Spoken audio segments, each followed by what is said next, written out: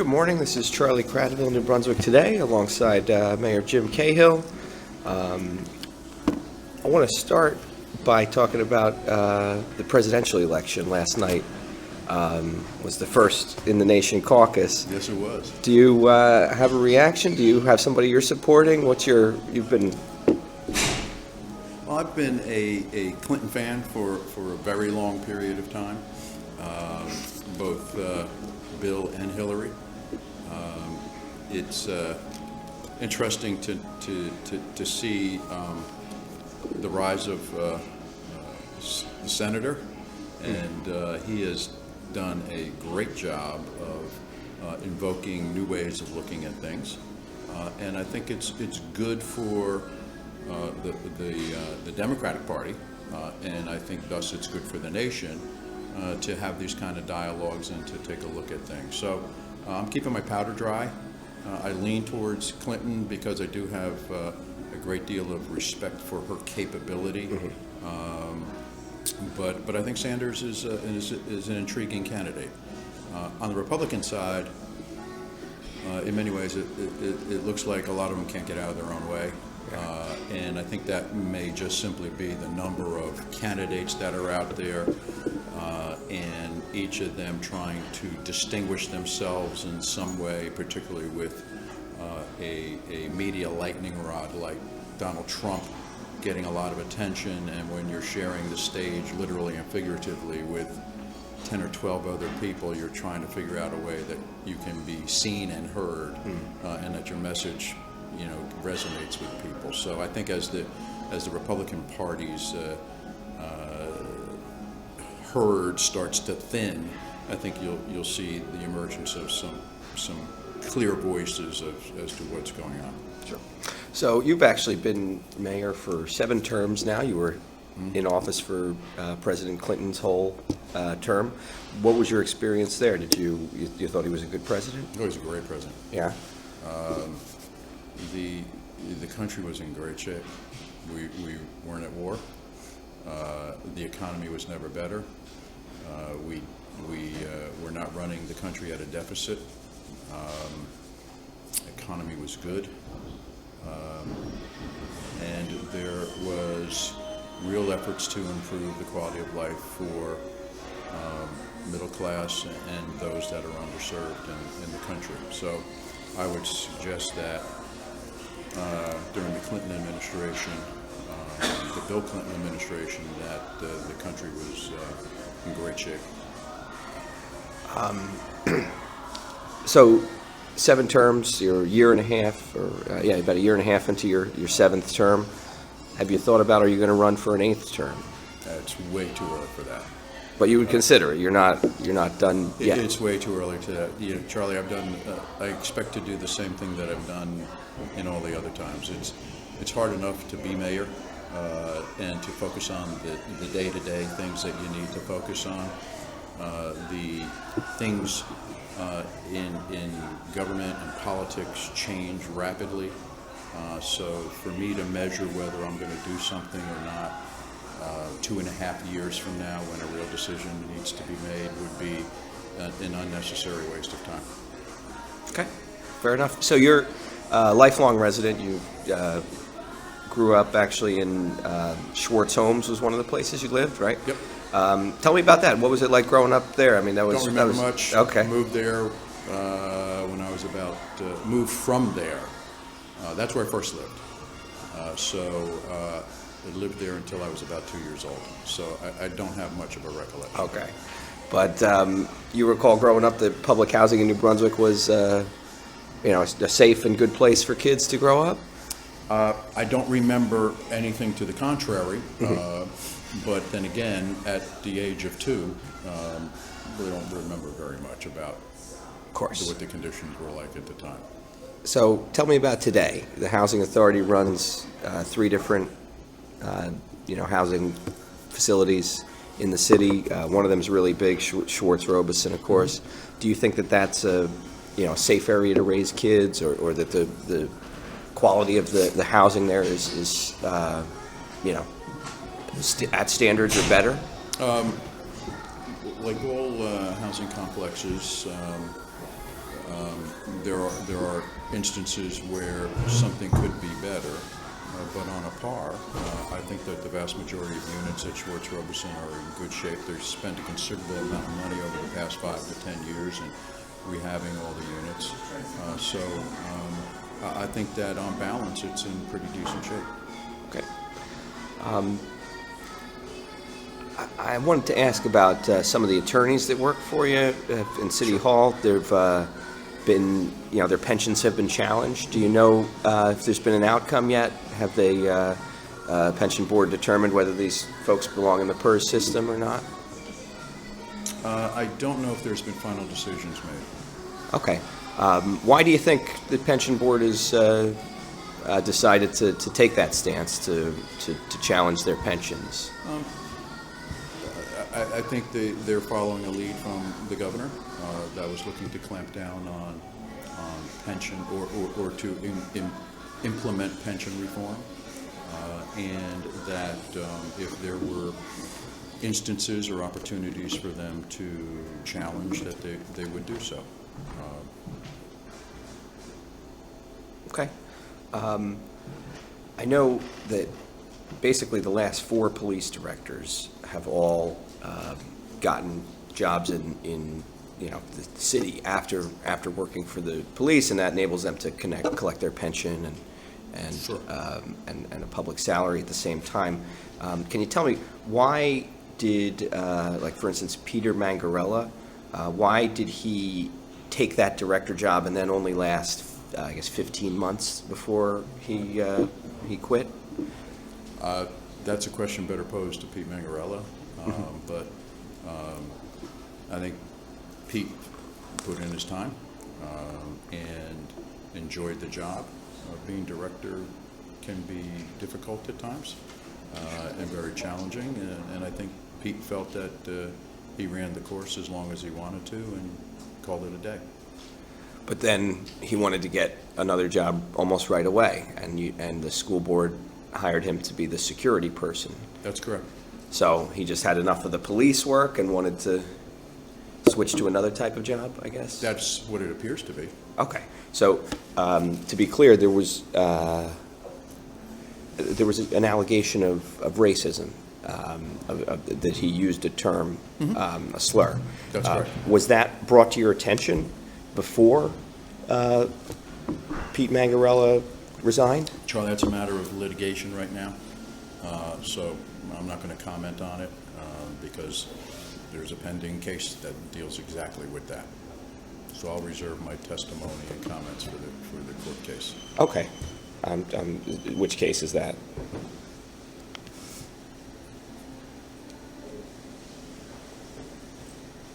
I believe the plaintiff is Steve Middleton. Okay. Okay, so that's the topic of litigation. But still, so there was an allegation. Do you know if the school board investigated that allegation before they hired him? The question better posed to the school board. Okay. Tell me about former director Catanese. He's recently been rehired by the city. He's an assistant city attorney. Yeah. Your old job. Well, in some respects, same title. His role is somewhat limited for the time being. Okay. So can you tell me about why he was hired?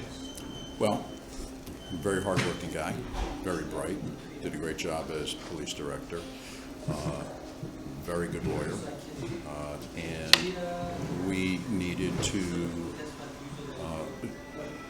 get greater support in the city attorney's office to handle an increased number of Oprah requests that were taking up a significant amount of time from TK Shammy, who's taken on the responsibilities as city attorney.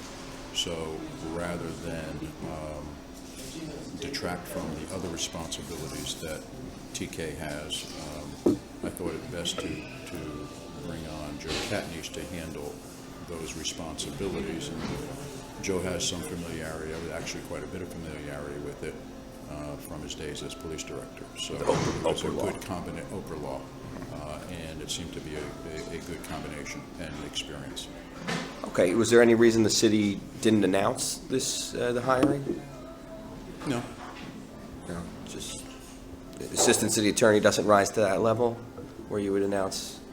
I think it's a $25,000 expenditure out of an $85 million budget. I would say, yes, it didn't seem to rise to the level of an announcement. Okay. And so, that, of course, enables him to collect the pension at the same time as the salary. We talked about this before. You think that's just comes with the territory? That's how it should be? No, I'm not saying that's how it should be, and nor am I saying that comes with the territory.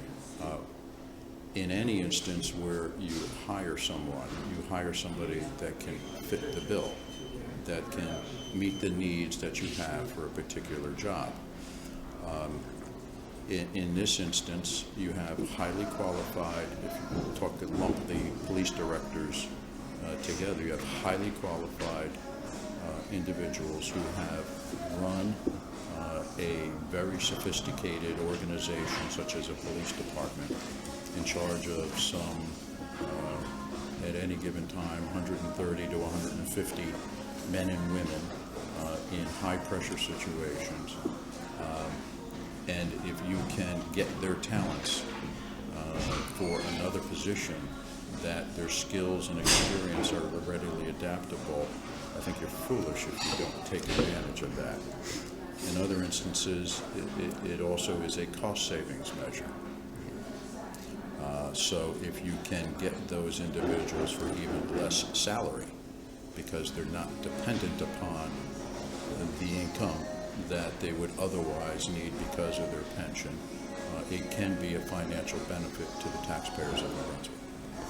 Understood. So with the Joseph Catanese situation specifically, do you think there's any problem with the fact that his boss is his law partner, T.K. Shammy? They have a firm together? No, I don't see that as a problem. I mean, if you're the boss of somebody in one situation, what difference would it make if you're the boss of somebody in this different situation? But but you're not the boss. Is T.K. Shammy the boss of Joseph Catanese at the law firm? I believe Joseph Catanese is the of counsel. Does that make one of them the boss, or does that make them partners? One is the managing or a partner, and the partners are generally the owners of the business. So of counsel means, generally the way I understand it, would be that whatever it is they do has to meet with the approval of the partner. The managing partner. Yeah. Okay. I'm not sure he's the managing partner, but he is a partner. Gotcha. Okay. And I know that Mr. Catanese does guardianship work as well. I know that you do the same. Sure. Have you ever, had occasion to work together on guardianship matters? No. No. And can you speak at all to Mr. Catanese and his work in that regard? Is he good at it? I'm going to I believe that he is, but I don't have firsthand experience with that. But the courts are generally fairly selective in who they appoint to represent people who are alleged to be incapacitated. And I know Joe's been doing it for a period of years, and I don't believe that the courts would continue to appoint him if they felt that his services were less than adequate and or, quite frankly, less than good. Right, so he has a good reputation, you would say, for this type of work? I believe he does. You mentioned the police are, a sophisticated organization here in New Brunswick, and I know that the recent crime numbers just came out, and there's basically an increase in violent crime across the board, with the exception of murder. So that means more robberies, armed robberies, and more assaults with guns and with knives. Do you know what the police are doing about this increase? Have they been able to explain it, or is there a strategy devised to counteract that? As you know, the numbers just came out, so we're taking a hard look at them now, and we're in the process of analyzing and reviewing them and see what strategies need to be adjusted accordingly. What the police have been doing is increasing manpower, as you know, and looking for better ways of deployment and more efficient ways of deployment as well. But we're in the process of analyzing and reacting to those numbers as we speak. Okay. I want to ask about the criminal justice system. You know it well. You're an attorney, and obviously you're a very experienced mayor. The leader of the Democrat Party and the leader of the sheriff's office for a long time was Joe Spicuzzo. He just spent a little over 2 years in jail for selling jobs on the force, basically, for bribes. And a lot of people are upset that he only spent 2 years in jail. They think that was way too short. And considering, if New Brunswick police locked somebody up for drug possession, they might very well go away for longer than the sheriff did. And we also had the situation with the water utility with Mr. O'Rourke is pled guilty. He's about to take a plea deal for a 3-year sentence. Who knows how much of that he'll serve. Do you think that's fair? Do you think we have a fair criminal justice system when connected people like that are getting light sentences for serious crimes and the rest of us are kind of subject to long prison sentences for less? Look, the criminal justice system is not perfect, and anybody who believes that it is would just simply be wrong. But it is the best system that's out there, and as all systems, it's comprised of individuals who are given the opportunity to make decisions. In the Joe Spicuzzo instance, I couldn't tell you if it's fair or not fair. I don't know in detail all of the things that he's alleged to have done. I'm not familiar with the exact specifics as we speak with what he was convicted of or pled guilty to. I do know that his sentence was rendered shorter than it was intended to do, but nevertheless there's a program that he applied for. There are certain criteria that need to be met, and it needs to be reviewed by a judge.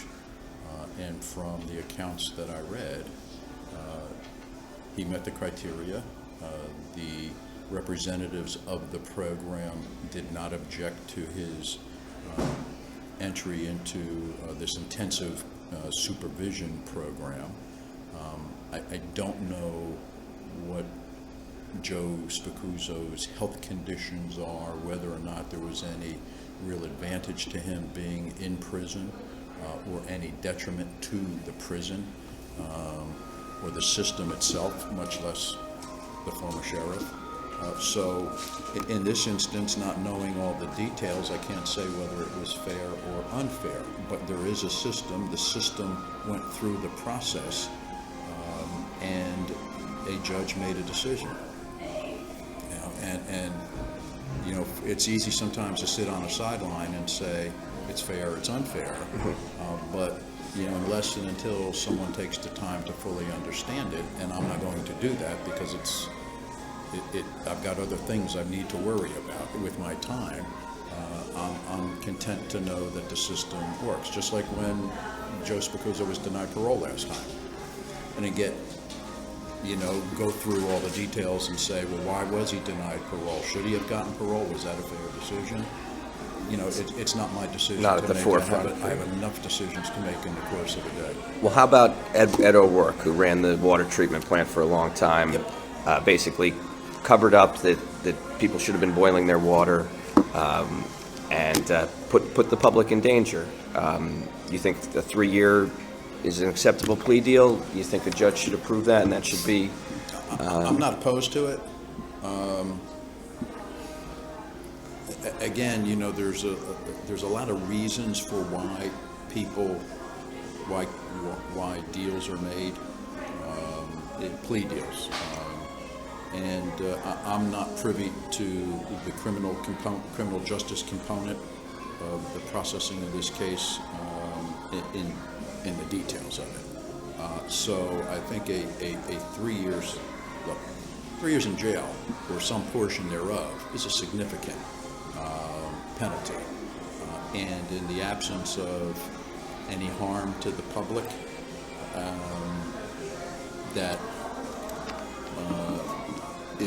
that anyone is aware of as a result of his, I think, probably moderates the potential sentencing, but nevertheless, it certainly doesn't justify or support the actions or inactions that he took. Okay. So yeah, I want to talk a little more about the water utility. I know there have been a lot of changes there, but I also know that you had knowledge of the problems there significantly before the public. Your business administrator said that when the EPA contacted you with the results of the sanitary survey, that basically indicated all these violations, this whole sort of cover-up operation that Mr. O'Rourke was running. You found out about that shortly thereafter. He brought it to your attention. So he says that would be August 30th. Can you repeat that again? Yeah, on August 30th, the EPA sent the water director at the time, Frank Marasha, the results of a sanitary survey that confirmed that there had been falsification of records, that there had been major inadequacies in the documentation, and basically that something was really, really wrong. Your business administrator says he shared that with you. He doesn't recall if he shared it with the council. That would be an August 30th letter. The public did not find out about this cover-up until November 13th. So how do you justify keeping that quiet and also keeping Mr. O'Rourke on the payroll for the months of September and October of 2013? I don't recall an allegation of falsification of records at that time. I remember the EPA indicating that there were some deficiencies in the operation or the facilities of the water treatment plant. At that time, we were still working with the DEP in their review of what was going on in the city with the water utility, and there was no then concern about the quality of water, that the report was all about past conditions, and to put out a public notice prematurely when we were still gathering information would have potentially created an unnecessary alarm, but also would have been less than fully apprised the public as to exactly what was going on as we were going through a detailed analysis and investigation with the DEP, which we knew was going to be coming out shortly. Okay. And so, why did you keep Ed O'Rourke on the payroll? As I said, I don't recall there were allegations in the EPA report that there was falsification of records. Okay. But so around the time you did take action and the public was notified by the DEP, that'd be November 6th and 13th, what was your reaction when you learned that there was falsification of records? I mean, did you the public was put in danger. These are citizens that you're entrusted to protect. How did this whole thing make you feel? Pissed off. Yeah. And I guess what did you do? What was your action that you took? Well, we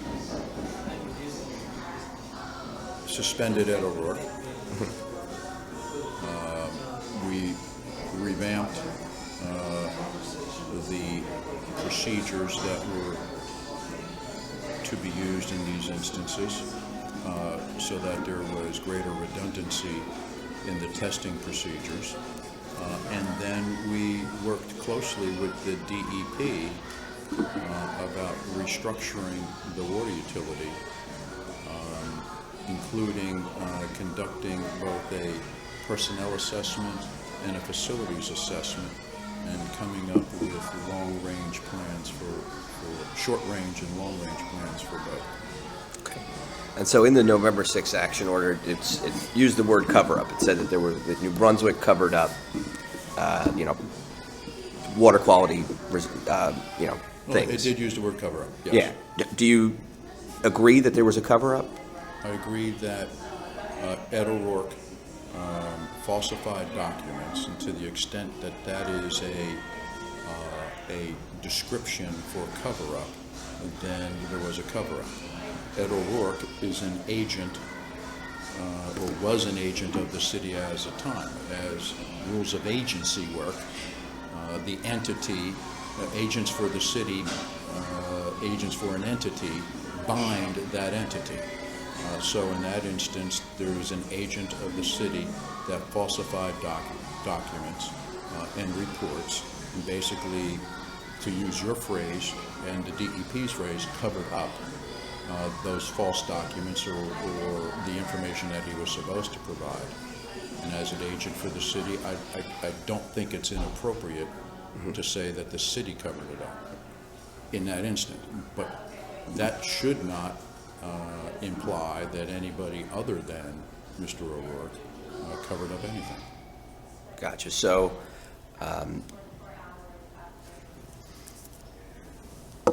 if there was a cover-up, what did you do to find out if people were harmed?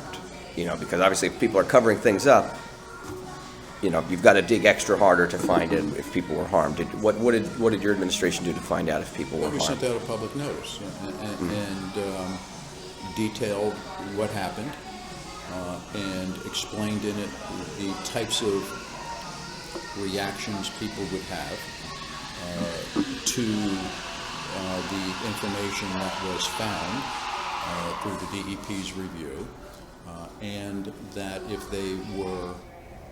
they experienced any of those situations or conditions, or wanted to have more information, or were in a category of were more likely to have some problems if they were exposed to the issues that were involved with the water, that there were phone numbers for them to call. And I'm not aware of anyone calling. Okay. So a lot of notice, by the way, it wasn't just a public notice that goes in a newspaper or on radio. It was mailed to every customer of the city's water utility, not just in New Brunswick, but in surrounding communities as well. Okay, so people in New Brunswick can't help but think about New Brunswick when we see the coverage of what's going on in Flint, Michigan right now, where there was a cover-up that resulted in serious harm to the public. Tell me why New Brunswick is different. Why, why do you think that didn't happen here, or why do you think that, what was done here was better? Well, in the New Brunswick matter, there's one individual, and while there was indication that there was the presence of one particular thing, and I don't remember the scientific name of it, Charlie, there was really no indication that the water was bad. And that's a difference. In Flint, Michigan, there's proof positive that there's lead in the water, and that it's tested positively for that, and that necessarily has a harmful effect. In New Brunswick, that hasn't existed to any large extent. You have to bear in mind something. You and I are drinking city water right now with our coffees. I drink city water every day. My entire family drinks city water every day. You look at the department heads in the city, most of the employees are New Brunswick residents. They drink city water every day. This isn't a callous group of people that sit there and say, hey, let's see what we can do to create mischief with our water utility, or that are so non-caring that whatever happens with the water utility. You have a group of people who are not only dedicated to their job, but they're dedicated to the community and they're dedicated to their families. They're not going to put their families, friends, neighbors, residents in harm's way.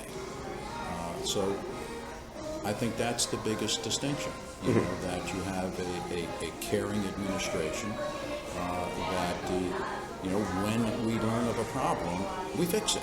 The state didn't take over New Brunswick. No, it did not. As a matter of fact, the state, the DEP, has commended us on a number of occasions because of our reaction and corrective action that we've taken since then. And while they were very concerned about the problems that we had, and rightly so, I think that they were very impressed with our attempts to get us to where we need to be. Okay. So you said there was only one person involved in this. Do you think that any of the blame should fall on the acting water director, your business administrator, who was in charge of the utility for 5+ years, and during that time there was a lot of deferred maintenance, things that weren't being fixed? Do you think any of the responsibility lies with that, the system failing more so than Ed O'Rourke? No, I think that if there's blame to be put on this that goes beyond Ed O'Rourke, I think it's a team effort. And there were a lot of improvements that were made to the water utility during that time period, and so there were some $21 million, if I remember the numbers correctly, that were spent in the water utility over the past 10 years on improvements. But what we realized is that putting our faith in one individual was a bad thing to do. And you hire people and you work with people that you trust. And in my wildest dreams, I would never have suspected that there were going to be false reports submitted. There was no reason to believe it. There was no indication that would happen. Ed O'Rourke had been a trusted employee in the water utility for 25+ years, probably closer to 30. But we learn from experience, and the experience tells us that we need redundancy in that. We need to be able to make sure that not only is the person who's testing trusted, but in the events our trust is misplaced, that there's somebody else who double checks that.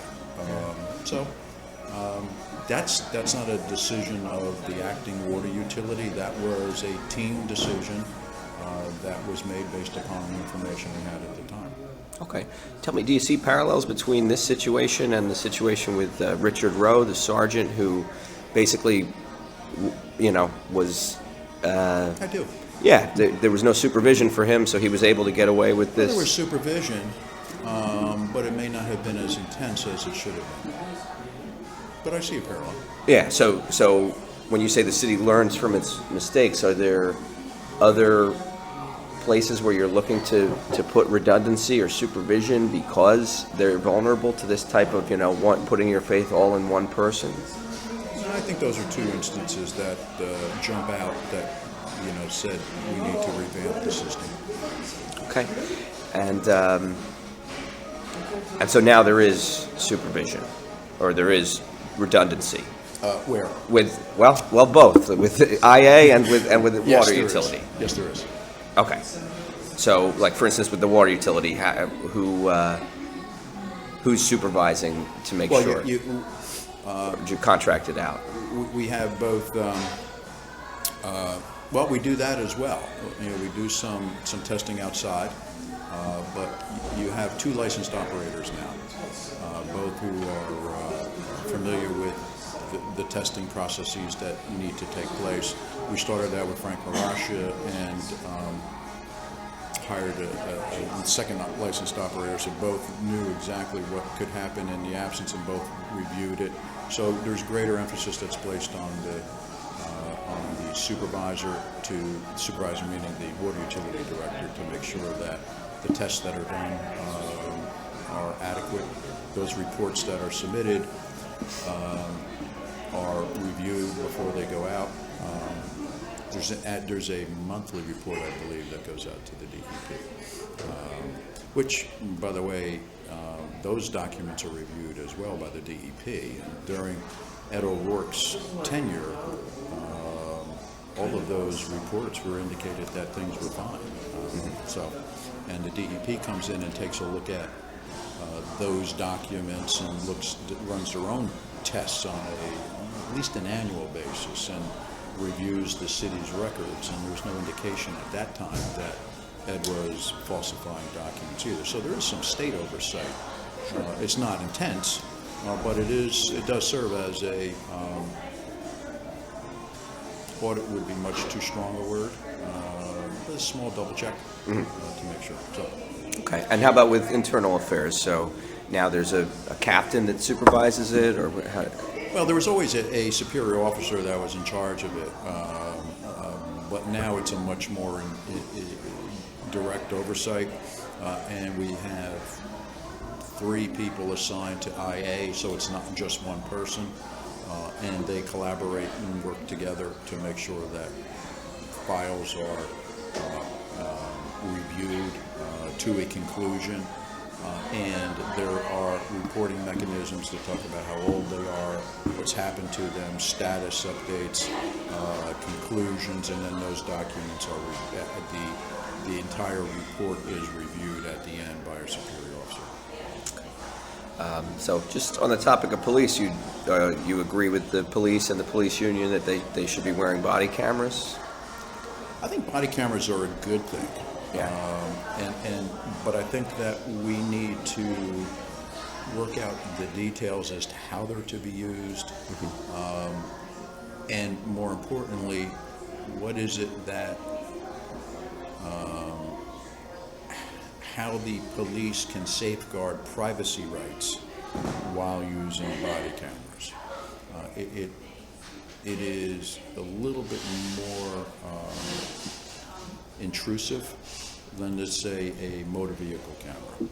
And the motor vehicle camera, shows only what the vehicle shows, and it only shows it at certain times.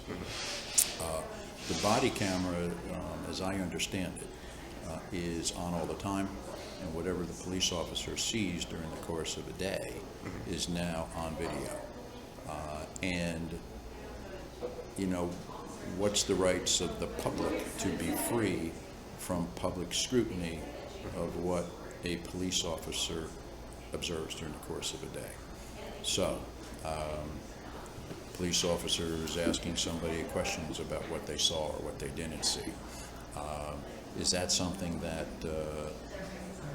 that individual wants to have reviewed by the public?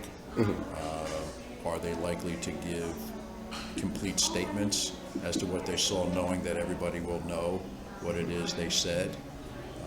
What happens if a police officer is just walking down the street and whatever is seen in front of him now becomes available for public? I think they do have the switch, on and off switch, and there's a directive telling them, when to use it and when not to. It does, but in the background, there's a whole lot of potential things that may not be for public edification. Yeah. So, do you agree with the Attorney General's office that these videos should be kept secret, until conclusion of all criminal proceedings, and even perhaps after? Well, it kind of defeats the purpose.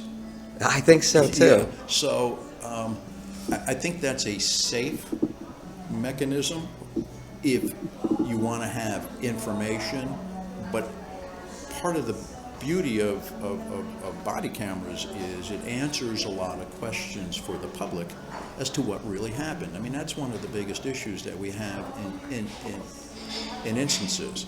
One party says something, the other party says something else, and whether we ever really know the truth remains to be seen. So video becomes an important tool to describe what may really have happened.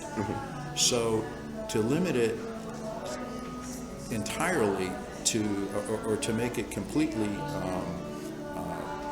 private defeats that purpose. But to just make it completely open to the public, I think creates a lot of violations of personal rights of privacy that our society, at least me personally, the big brother syndrome gets a little scary at times. Sure. Okay. Well, I wanted to ask. How much, Charlie? Yeah, I'm almost done. Okay. So I know there was the historic blizzard. We've never seen as much snow in New Brunswick history. Correct. I still see snow being moved around and pushed around out there. Tell me, how did you manage that response? I know you were not in the city. I was not in the city, but through phone and we got some really experienced personnel that really knows how to deal with snow removal. But communication with the city administrator and other personnel in the city and with the school folks, we stayed on top of things, and then I was home the next day, and 2 days later, and was able to, continue the process that our folks did a good job of. So you left the BA in charge, and you're happy with the results, the way it was handled? Snow removals, I'm happy with the way it was handled. Happy with the results is always an interesting term. In New Brunswick, if we get more than 10 inches of snow, it starts to get difficult because there is no place to put it. And when you get more snow in one snowfall than we generally get during the course of a season, you can bet there's even less places that we can put it. People, particularly in streets where there's no driveways, people park on the street, become frustrated, and understandably so, because they get snow pushed up against their cars and they get snowed in. Mm-hmm. They shovel themselves out, they shovel their driveways, and then the plows come again, push them back in. And oftentimes, because people say you haven't cleaned our street adequately enough, so we go back a second and a third time, and then people clear out their parking spaces only to have somebody else pull into it. So it is a frustrating time. So it is hard to be pleased with the results, knowing that it's difficult. It's just plain and simple difficult. But I'm pleased with the effort. The men and women who do snow removal for the city of New Brunswick just do a great job, and we just hope that this temperature stays up. And I make the same guarantee every year that by June 1st we will have no snow on our streets. Okay. So two more questions. I don't mean to pry, but where were you during the storm? I was in Florida. In Florida, on family vacation, or just I went to visit a friend. Visit a friend. Okay. And then the last thing I want to ask is just give you a chance to talk to all the new people who are coming to New Brunswick. The city's always growing. New people are coming. You've got the rest of your seventh term, maybe even more. What can people expect in the coming years? I saw it's possible we could get a casino in New Brunswick. Is that something you would support? What type of, what direction are you going to take the city in the next few years? And what would you say to new people here about what they can expect? Well,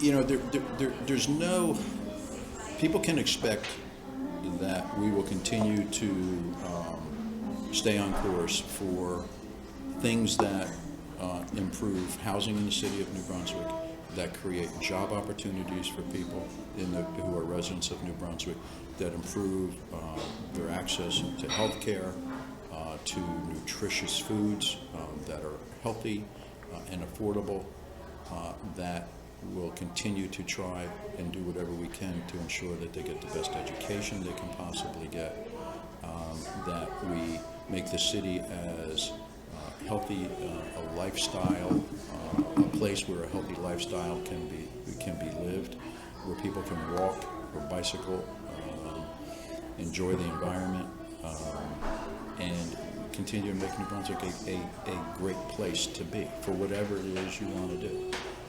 And so there's no magic formula for that, but if that's the mission and the goal, every day is spent trying to make those things happen.